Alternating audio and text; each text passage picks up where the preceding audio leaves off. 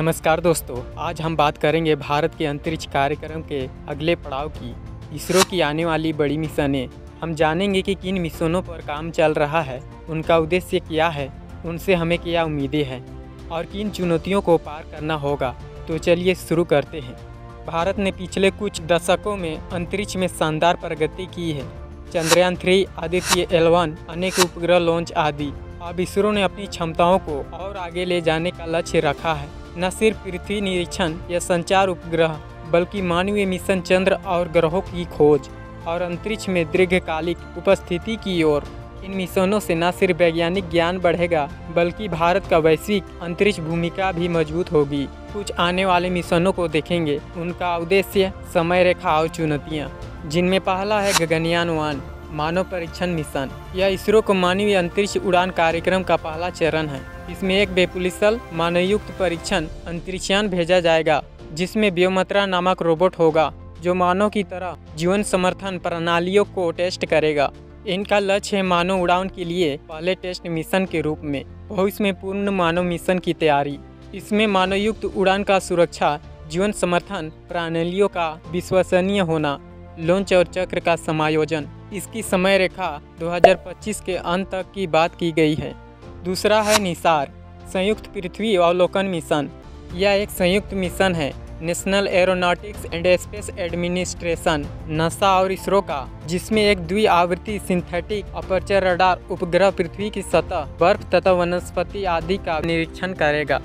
इनका उद्देश्य है उच्च रेजोल्यूशन जीनोमी डेटा, भूमि और बर्फीले चादरों की स्थिति, परिवर्तनशीलता, आपदाओं की मॉनिटरिंग। इनका समय रेखा है जुलाई 2025 से पहले रखा गया था, लेकिन अभी तक लॉन्च नहीं किया गया है। तीसरा है वीनस ऑर्बिटर मिशन, शुक्रयान। यह भारत का पहला मिशन होगा शुक्र ग्रह की ओर, जिसे शुक्रयान नाम से भी जाना गया है। इनका उद्देश्य है शुक्र की वायुमंडलीय संरचना, सतह की विशेषताएं, उसके भूगर्भीय तथा पर्यावरण की इतिहास की समझ। इसकी समय सीमा मार्च 2028 तक निर्धारित किया गया है। यह मिशन दूर अंतरिक्ष ग्रह की उच्च तापमान और वातावरण की लंबी मिशन है। चौथा है चंद्रयान 4 चंद्र नमूना मिशन। यह चंद्रयान का चौथा चरण है, जिसमें चांद की सतह से नमूने लेकर पृथ्वी पर वापस लौटने का लक्ष्य रखा गया है। इसका उद्देश्य चंद्र भूगर्भीय अध्ययन, चंद्र नमूना का पृथ्वी पर विश्लेषण, चंद्र दक्षिणी ध्रुव क्षेत्र की विश्लेषण करना। इसकी समय रेखा लगभग 2027 से 28 के बीच रखा गया है। इसमें लैंडर, रोवर, रिटर्न मॉड्यूल, अलग अलग मॉड्यूल डिजाइन किए गए हैं। ये चंद्रयान रात और तापमान में सहन शक्ति के साथ बनाया जाएगा। पांचवा है भारतीय अंतरिक्ष स्टेशन।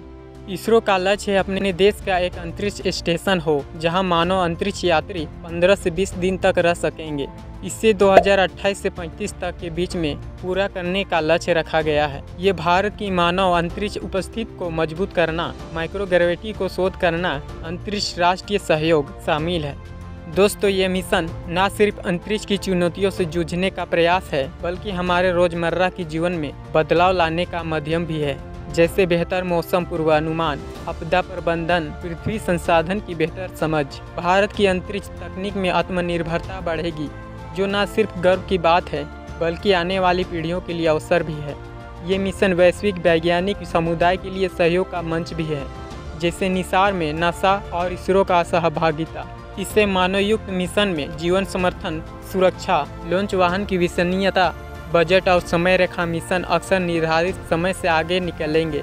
तो दोस्तों, इसरो की आने वाली ये मिशनें सिर्फ अंतरिक्ष की यात्रा नहीं है, ये भारत के विज्ञान, टेक्नोलॉजी, शिक्षा और वैश्विक प्रतिष्ठा की नई दिशा है। चाहे वह गगनयान हो या पृथ्वी की निरीक्षण निसार या चंद्र शुक्र मिशन, हर एक प्रयास हमें आगे ले जा रहा है। दोस्तों, आप किस मिशन को सबसे रोमांचक मानते हैं, हमें कमेंट में बताइए। अगर वीडियो पसंद आया हो तो इसे लाइक और सब्सक्राइब करना ना भूलें। मिलते हैं एक नई वीडियो में एक नई रोचक जानकारी लेकर। तब तक के लिए नमस्कार, जय हिंद।